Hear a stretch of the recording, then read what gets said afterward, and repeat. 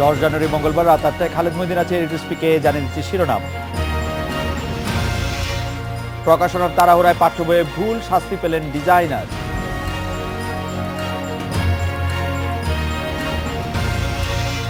উত্তরার কিশোর হত্যাকারী গ্যাং খুঁজতে চলছে অভিযান।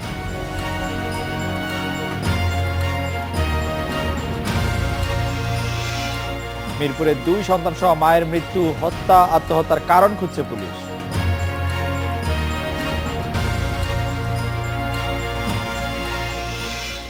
ছাপায় তাড়াহুড়া করায় পাঠ্য বইয়ে ভুল হয়েছে বলে জানিয়েছেন শিক্ষামন্ত্রী নুরুল ইসলাম নাহিদ। সচিবালয়ে এক সংবাদ সম্মেলনে তিনি আরও জানান, তদন্ত প্রতিবেদন হাতে পেলেই দোষীদের বিরুদ্ধে ব্যবস্থা নেওয়া হবে। এদিকে পাঠ্য বইয়ে ভুলের অভিযোগে এনসিটিবির এক ডিজাইনারকে বরখাস্ত করা হয়েছে।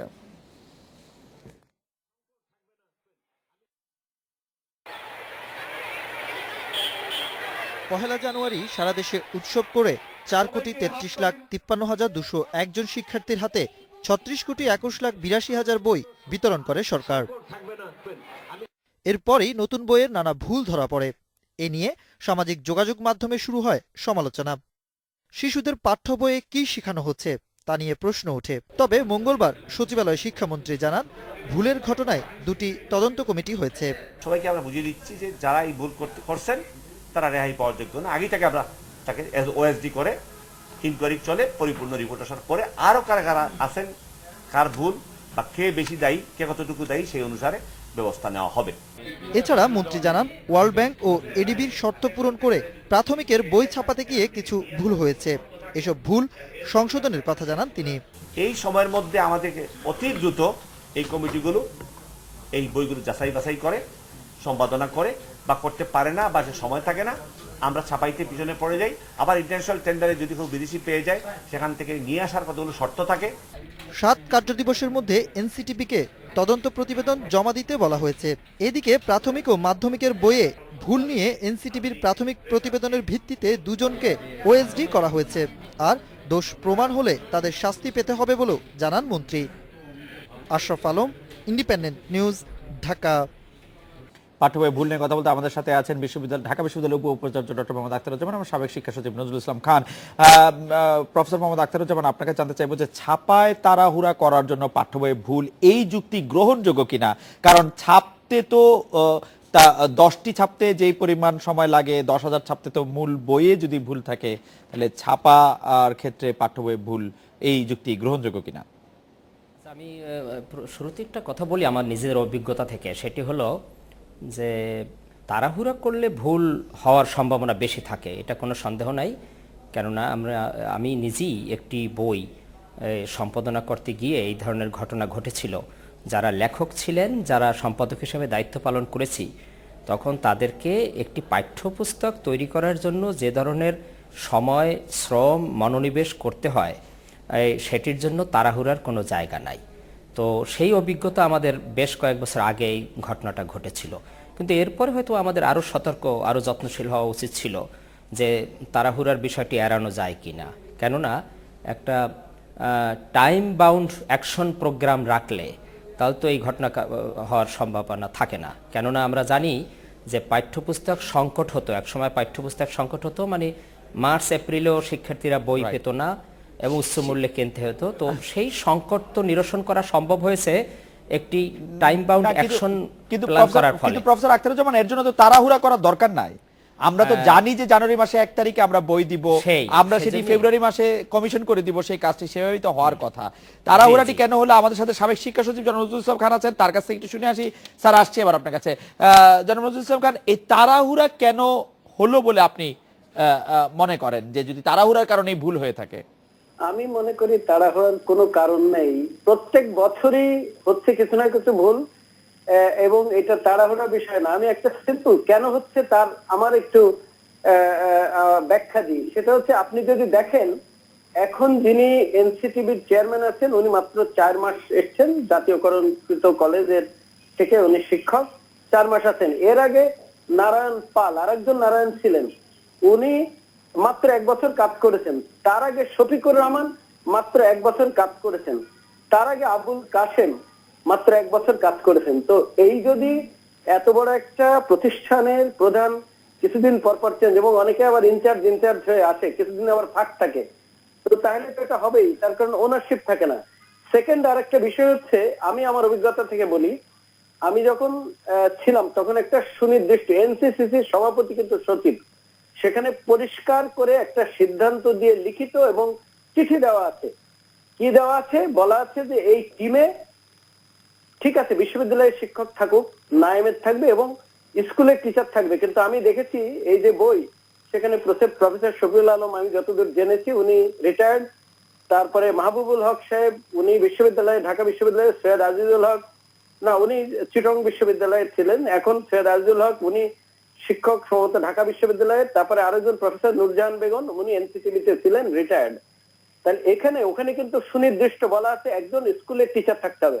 আমাদের বিশ্ববিদ্যালয়ের টিচাররা অনেক বুৎপত্তি আছে, কিন্তু কারোরই কিন্তু ট্রেনিং নাই, পেডাগজিক্যাল ট্রেনিং অ্যাবসলিউটলি নাই। সুতরাং যত ভালো ছাত্র হোক, যতই ফার্স্ট ক্লাস ফার্স্ট হোক, তার একটা প্রশিক্ষণ না থাকলে কি করে তারা পারবেন? এবং যত বেশি উপরের দিকের তত বেশি কেয়ারলেস। আমার সময় দেখেছি এরকম, প্রথম তখন আমরা বসেছি, আমি নিজে বসে একটা মিটিং করে 150 ভুল পেয়েছি, সেটা হচ্ছে ক্যারিয়ার বই। তারপরে শোকাজ করার সিদ্ধান্ত হয়েছে, তারপরে দেখা যায় এনসিটিভি থেকে শোকাজ করে না, তার কারণ যারা থাকে প্রধান এরকম দুর্বল লোকরে নিয়োগ দেওয়া হয়, সুতরাং তার সাহস নেই, মাথায় জোর নেই, তো কি করবে? সুতরাং এইটা হতে থাকবে। দ্বিতীয় হচ্ছে এই ইনকোয়ারি করলে কাজ হবে না। স্টেট কারা লিখেছে আমরা জানি, সুতরাং তাদেরকে, যদিও তারা বিশ্ববিদ্যালয় বা অন্য জায়গায় আছে, তাদেরকে ধরলে বলবে আমরা তো কিছু করতে পারছি না, অটোনমাস বডি হেন তেন। কেন পারবে না? না করার আমি কোনো কারণ দেখি না। এইটা হচ্ছে অন্য লোকের চুনোপুটিদের এইটা করে কোনো লাভ নেই, কিছুদিন পর আবার ভুলে যাবে, আগামী বছর হবে। স্টেট কাট তাদের বিরুদ্ধে অ্যাকশন নেওয়া উচিত। জনাব নজরুল ইসলাম খান, আপনার বক্তব্য একদমই পরিষ্কার। প্রফেসর মোহাম্মদ আখতারুজ্জামান, আপনি জনাব নজরুল ইসলাম খানের এই বক্তব্যগুলির সাথে একমত কিনা যে বিশ্ববিদ্যালয়ের শিক্ষক পর্যায়ে যারা ভুল করেছেন তাদেরকেও আসলে শাস্তির মুখোমুখি করতে হবে বা তাদের বিরুদ্ধে ব্যবস্থা নিতে হবে, এক? আর দুই হচ্ছে যে স্কুল শিক্ষকদের কাউকে সেই পরিচালনা কমিটিতে রাখা প্রয়োজন ছিল। আপনি তার সাথে একমত পোষণ করছেন কিনা প্রফেসর আখতারুজ্জামান? শুনুন, শাস্তি সে যেখানেরই হোক না কেন, যিনি দায়িত্বে থাকবেন, যিনি ভুল করবেন অথবা দায়িত্ব অবহেলা করবেন, তাকেই মূলত আইনের আওতায় এনে শাস্তি দিতেই হবে, নইলে আমাদের এগুলো পুনরাবৃত্তি ঘটবে। এই বিষয়টি অত্যন্ত স্পষ্ট। কিন্তু একই সঙ্গে একটি বিষয় জরুরি আমাদের মনে রাখা, সেটি হলো, মনে করুন ইংরেজি একটি বাক্য, ডোন্ট হার্ট এনিবডি।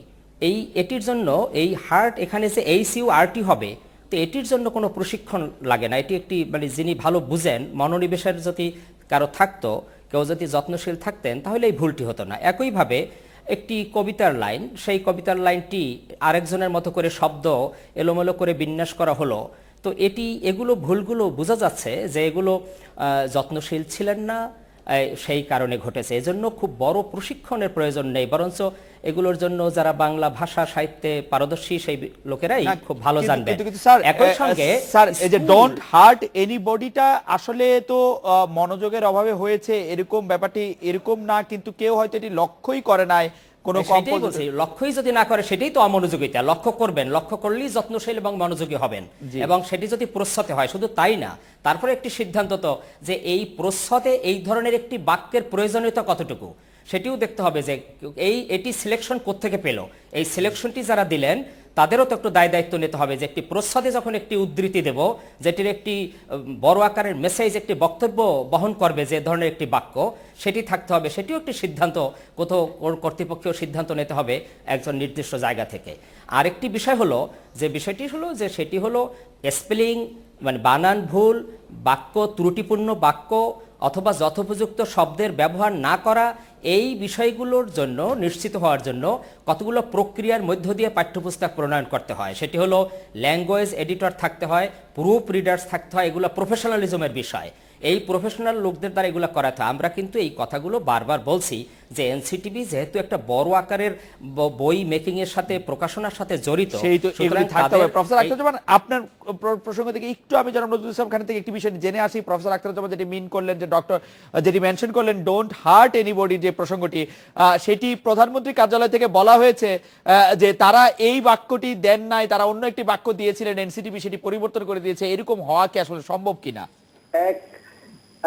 সেটা আমি না দেখে তো বলা উচিত না, তবে একটা জিনিস বলি, যেটা আমি শুনলাম যে প্রশিক্ষণের দরকার নেই, এটা আমি সিরিয়াসলি ডিসএগ্রি করি। কারণ হচ্ছে এক্সপেরিয়েন্স থাকলে কিন্তু সাথে সাথে এটা ধরতে পারতো।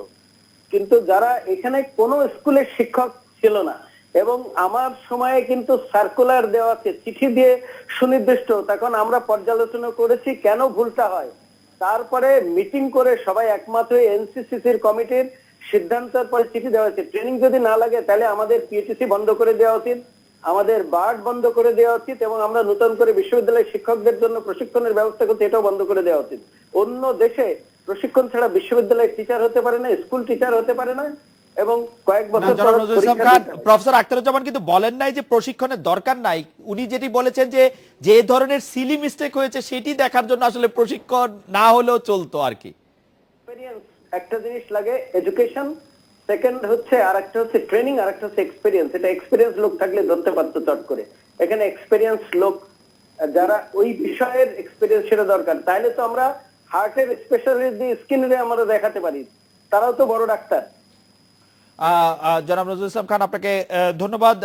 প্রফেসর আখতারুজ্জামান এবং জনাব নজরুল ইসলাম খান, আমরা একটা বিরতি নিচ্ছি। বিরতির পর যখন ফিরে আসবো, জনাব প্রফেসর আখতারুজ্জামান, একটি বিষয় আপনাকে জানতে চাইবো যে শিক্ষা খাত সংশ্লিষ্ট সরকারের দুই মন্ত্রণালয়ের দায়িত্ব, দুই মন্ত্রণালয় কেউ এই ভুলগুলির দায়িত্ব নিতে চাচ্ছে না, তারা একে অন্যের উপর দোষ চাপাচ্ছে। এই বিষয়ে আপনার এবং আপনাদের মতামত একটু শুনতে চাইবো। আমরা একটা বিরতি নিয়ে ফিরছি আপনাদের কাছে।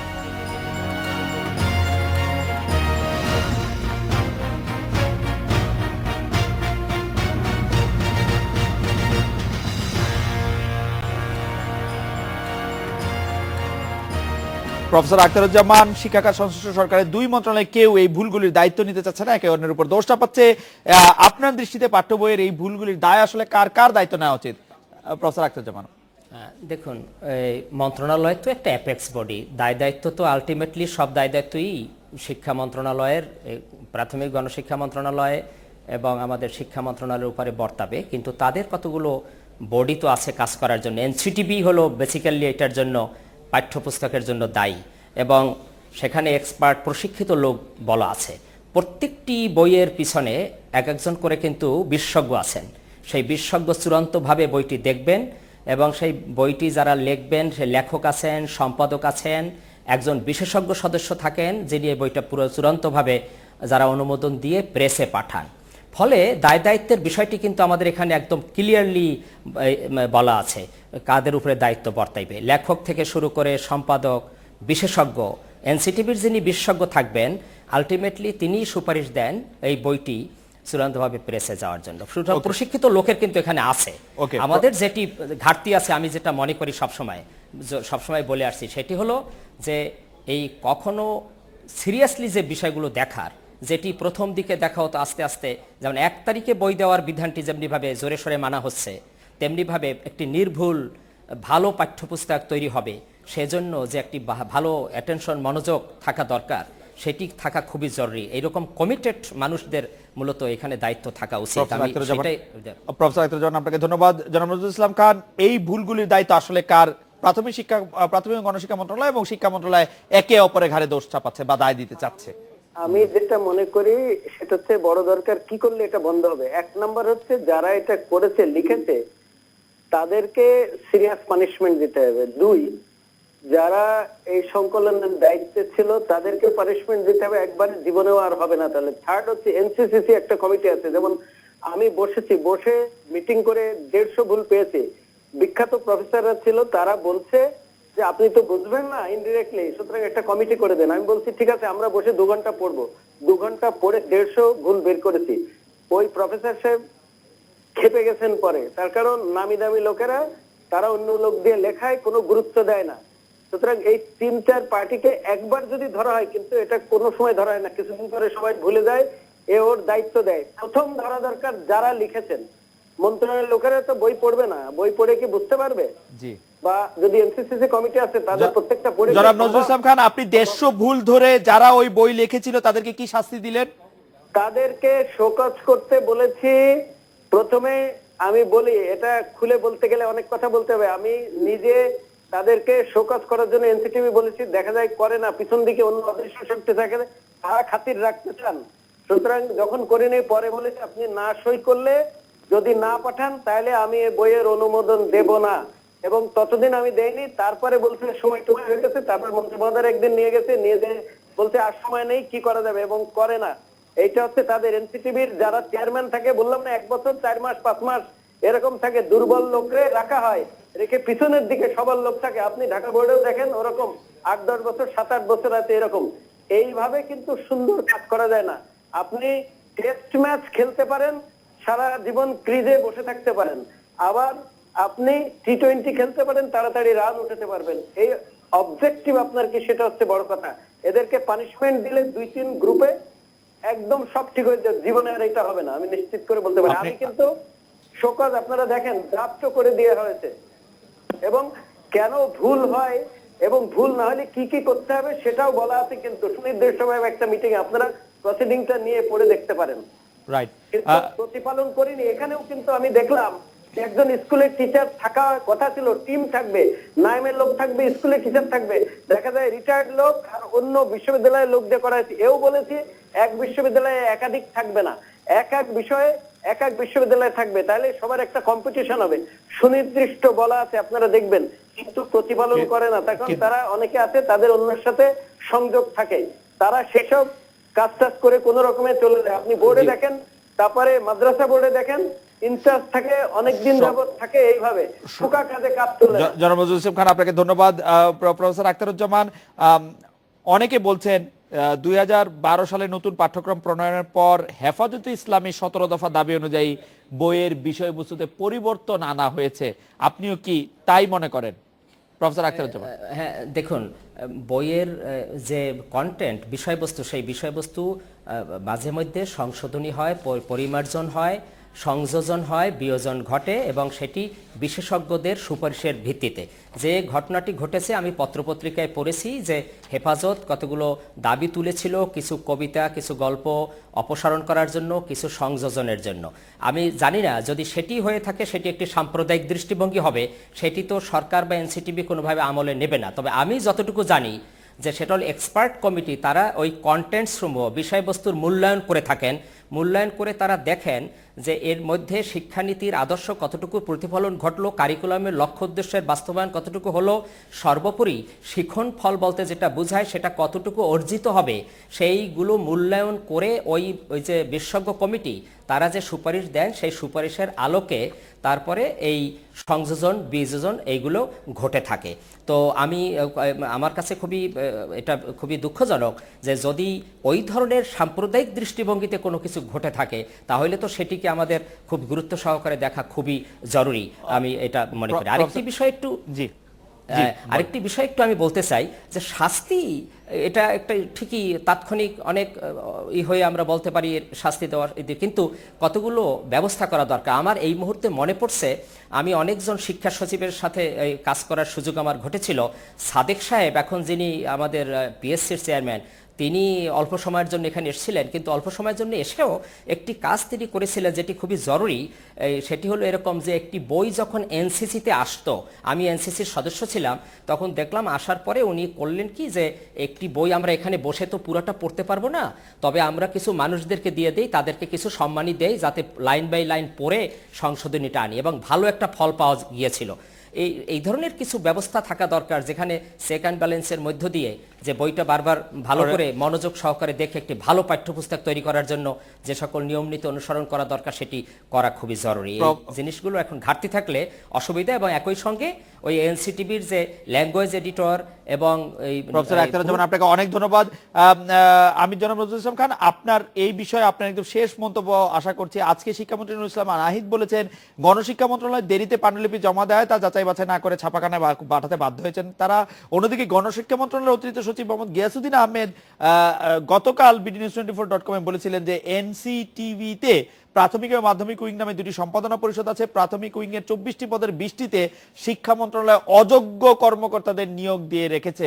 তার এই বক্তব্য বা শিক্ষামন্ত্রীর বক্তব্য বা গণশিক্ষা মন্ত্রণালয়ের অতিরিক্ত সচিবের বক্তব্য কতটা ঠিক বেঠিক বলে আপনার কাছে মনে হয়? আমার কাছে মনে হয় আমি অনেকটা সেরকম মত আমি দেখেছি যে হাঁটু ভাঙা, মাজা ভাঙা এইসব এসে তদবির তাগেদা করে ঢাকায় থাকার জন্য, তাদের ওখানে পোস্টিং দেওয়া হয়, কার সাথে কার কানেকশন আছে, তারপরে উপযুক্ত লোক দিলে এটা হতো না। আর 1 বছর পর চেঞ্জ করার কি দরকার?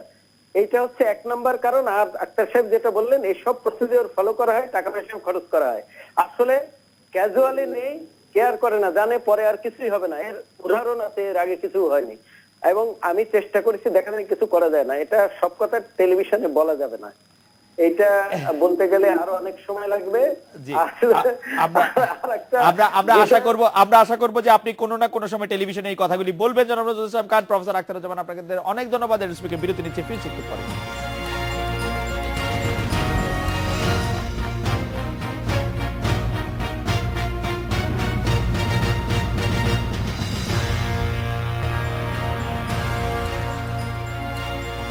উত্তরায় কিশোর আদনান হত্যায় দায়ী গ্যাংয়ের সদস্যদের ধরতে অভিযান চলছে। হত্যায় জড়িত সন্দেহে 2 কিশোরকে আগেই গ্রেফতার করেছে পুলিশ। তাদের দেওয়া তথ্য অনুযায়ী বাকিদের আটক করার চেষ্টা চলছে।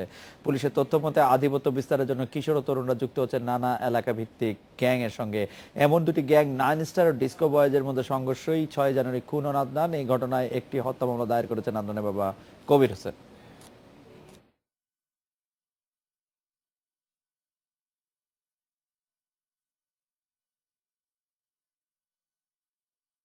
উত্তরার কিশোর হত্যা নিয়ে কথা বলতে আমাদের সাথে আছেন ঢাকা বিশ্ববিদ্যালয় অপরাধ বিজ্ঞান বিভাগের চেয়ারম্যান ডক্টর জিয়া রহমান। অধ্যাপক জিয়া রহমান, গ্যাং কালচার যেটি আসলে হলিউডের ছবিতে আগে দেখা যেত, মাঝখানে কিছুদিন অন্যান্য বিষয়ের সাথে সেটি কমে গিয়েছিল বলে মনে হয়, সেটিকে আবার উত্থান ঘটছে এবং সেই উত্থানের একটা বড় পরিচয় কি সামাজিক গণমাধ্যমগুলিতে সাক্ষী রেখে তারা এগুলি করতে পছন্দ করছে কিনা, প্রফেসর জিয়া রহমান? ধন্যবাদ খালেদ। এটি আসলে একটি নতুন ফর্ম। এই বয়সটা আপনি যদি কল্পনা করেন, সারা পৃথিবীতেই পৃথিবীর বিভিন্ন সময় কিন্তু আমরা এই বয়সের একটা মানে অস্বাভাবিক আচরণ বিভিন্ন সময় লক্ষ্য করেছি এবং এক একটা সময় এটি হয়তো ভয়ঙ্কর আকার ধারণ করে আবার নতুন করে নানা রকম আমরা আইন কানুন কিংবা আমাদের সামাজিক যেই ধরনের নর্মস ভ্যালুসগুলো আছে সেগুলোকে অ্যাডজাস্ট করে এই একটা ওপিনিয়ন ডেভেলপ করে এটাকে আমরা আমার এই ঘটনা দেখার পর আমার আমেরিকান সোসাইটির কথা মনে হচ্ছিল যে আর্লি 20th সেঞ্চুরিতে যে গ্যাং কালচার, সেখানে মূলত একটা বড় সমস্যাই কিন্তু হয়ে গিয়েছিল জুভিনাইল ডিলিনকুয়েন্সি, কিশোর অপরাধ। এবং তখন স্ট্রিট কর্নার বয়েজ নামে প্রচুর কিন্তু এই বইটি লেখা হয়েছে। বাংলাদেশে যদি আপনি খেয়াল করে দেখেন, একসময় 70s আমরা দেখেছি কোন ছেলে পেলে গোয়েন্দা করার এক ধরনের মানসিকতা তাদের মধ্যে ডেভেলপ করতো। মাসুদ রানা, কুয়াশা এসব পড়ে টরে, কিন্তু সংখ্যায় খুব কম ছিল। আমি বলছি এই ধরনটা ভিন্ন ছিল। 80-র দশকে পলিটিক্যাল এই যে আমরা দেখেছি যে যারা একেবারে অবৈধ সামরিক সরকারগুলো, তারা হঠাৎ করে এলাকায় এলাকায় বিভিন্ন নাম দিয়ে 5 স্টার গ্যাং, অমুক গ্যাং, তমুক গ্যাং, এটা চাইনিজ কুড়ালের ব্যবহার বা ভয়ঙ্কর ভয়ঙ্কর মারণাস্ত্র আমরা দেখেছি এলাকায়। কিন্তু একটা বড় পার্থক্য হচ্ছে এই যে ওই আমেরিকান সোসাইটিতে আমরা দেখেছি ওয়ার্কিং ক্লাস বা ইমিগ্র্যান্ট লেস মার্জিনালাইজ পিপুলদের মধ্যে, এই ইয়াং জেনারেশনের মধ্যে যারা সোসাইটিতে কোপ করতে পারতো না অর্থনৈতিক কারণে, পভার্টির কারণে, দারিদ্র্যের কারণে, কিংবা আমাদের এই 80-র দশকে আমাদের যে সমস্ত বাহিনীগুলো এলাকায় এলাকায় আপনি দেখেছেন যে একটু নিম্ন মধ্যবিত্ত এলাকায় এটি বেশি ছিল। আপনি মিরপুর এলাকা কিংবা জিগাতলা এলাকা, ফর এক্সাম্পল বাসাবো এলাকা, সমস্ত এলাকায় আমরা দেখেছি। তো তখন কিন্তু পলিটিক্যাল প্যাট্রোনাইজেশনের কারণে কিন্তু এই গ্যাংয়ের ব্যাপারটা, এখন যেটা হয়েছে এটি মূলত বিশ্বায়ন, মূলত টেকনোলজি, ভয়ঙ্কর ফেসবুক জেনারেশন, নেট জেনারেশন, এ সমস্ত কারণে একটা ভ্যাকুয়াম মনস্তত্ত্বে একটা ভ্যাকুয়াম তৈরি হচ্ছে ইয়াং জেনারেশনের মধ্যে। তারা অবসেসড হয়ে যাচ্ছে একটা জিনিসের মধ্যে। ফলে তাদের যে স্পেস, সোসাইটির মধ্যে যে স্পেসটা দরকার নিজের অ্যাক্টিভিটিসকে প্রকাশ করার, সেটি থাকছে না। সনাতনী ইনস্টিটিউশনগুলো সেগুলো কার্যকরী হচ্ছে না। আপনার পরিবার থেকে শুরু করে, কমিউনিটি লাইফ থেকে শুরু করে, স্কুল থেকে শুরু করে, কোনো জায়গায় স্বাভাবিক যে জীবনযাপনগুলো পিয়ার গ্রুপের মধ্যে দেখা যায়, যেটা কিনা আপনার পজিটিভ কাজে উৎসাহিত করে। আবার আর একদিকে আপনি চিন্তা করেন এই যে চেঞ্জটা এসছে, এই চেঞ্জের সাথে সাথে যে আমাদের যে অন্য ইনস্টিটিউশনগুলো, ধরা যাক আপনার কিশোর অপরাধ সংশোধন কেন্দ্র কিংবা এর সাথে সংশ্লিষ্ট যে প্রতিষ্ঠানগুলো আছে, তার যে মডার্নাইজেশন বা তার যে লুক আফটার করার কথা ছিল, সেই সমস্ত জায়গা, ফলে ওই যে আমরা যেগুলো বলি যে বিচারহীনতার সংস্কৃতি বা আমাদের সামাজিক নিয়ন্ত্রণের বাহনগুলো আলগা হয়ে যাওয়ার কারণে কিন্তু এই জিনিসগুলো ঘটছে। এবং অধিকাংশ ক্ষেত্রেই আপনি ভয়ঙ্কর, মানে আপনারা নিশ্চয়ই জানেন যে এই যে গেমসের যে clash and clans, right professor Zia Rahman, আমরা আমাদের সময় সংক্ষিপ্ত বলে আমি প্রশ্নটিকে আবার এরকম এদিকে নিতে বাধ্য হচ্ছি যে হয় জঙ্গি অথবা মাদক নইলে গ্যাং। আমরা দেখছি যে আমরা আমরা আমরা কিশোরদের জন্য মাঠে খেলাধুলা নাই, ময়দানে রাজনীতি নাই, একক পরিবার, মানে আসলে আমাদের পরবর্তী প্রজন্ম কোন দিকে যাচ্ছে বা তারা আসলে কোথায় বা যাবে বা কি করবে? তাদের যদি অ্যাকশন দরকার হয়, অ্যাকশনটা তারা আসলে কোথা থেকে পাবে?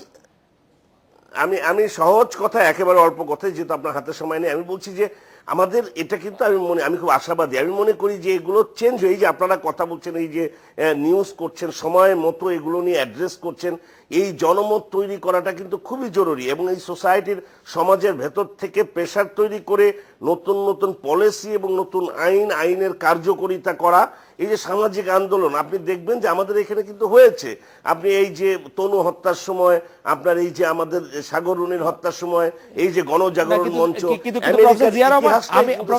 আমি যেটি বলতে চাচ্ছি, আমরা তো তাদেরকে কোনো বিকল্প দিতে পারছি না। মানে যারা দেশ রাষ্ট্র নগর পরিচালনা করছে, তারা খেলাধুলার জন্য মাঠ দিচ্ছে না, মাঠে আবার অন্য এরকম খেলাধুলাও দিচ্ছে না যেটি দিয়ে তারা আবাহনী মোহামেডান করে থাকতে পারেন, তারা ময়দানের রাজনীতি যেটি নিয়ে তারা ব্যস্ত থাকতে পারেন, বা মানে এইগুলি নিয়ে কিছু ভাবছেন কিনা বা নীতি নির্ধারকদের আপনি ভাবতে বলবেন কিনা? অবশ্যই আমি ভাবতে বলবো। আমি বলবো যে এটা তো এইভাবে চলতে পারে না। আপনার social disorganisation is part of social change. আপনার যে কোনো সমাজ পরিবর্তনের ট্রানজিশনাল ফেসে কিন্তু এই এখন আমাদের যে অস্থিরতাটা চলছে নানা কারণে, আমাদের হাতে টাকা এসছে, আমাদের হাতে আমাদের নতুন জীবন দর্শন এসছে, আমাদের কানেক্টিভিটি তৈরি হয়েছে, বিশ্বের বিভিন্ন জিনিস দেখার এই যে আকর্ষণ তৈরি হয়েছে। তো এগুলোকে তো কন্টেন করার জন্য, এটাকে মোটিভেট করার জন্য আপনার সোসাইটির ভেতর থেকে মেকানিজম, আপনার রাষ্ট্রের ভেতর থেকে মেকানিজম, এগুলো তো আমাদেরকে অবশ্যই করতে হবে। আমরা তো আমাদের এটা পৃথিবীর খুব কম দেশই সম্ভবত আছে, আমি জানি না, যে এখন যে অবস্থাটা হয়ে গেছে আমাদের ঢাকা শহরের কথা যদি দেখেন, খেলার মাঠ বলতে কি কোনো একটা মাঠ, এই বিষয়গুলি অবশ্যই অ্যাড্রেস করা উচিত যারা নীতি নির্ধারক আছেন। প্রফেসর জিয়া রহমান, আপনাদের অনেক ধন্যবাদ। বিরতি নিচ্ছি, ফিরছি একটু পরে।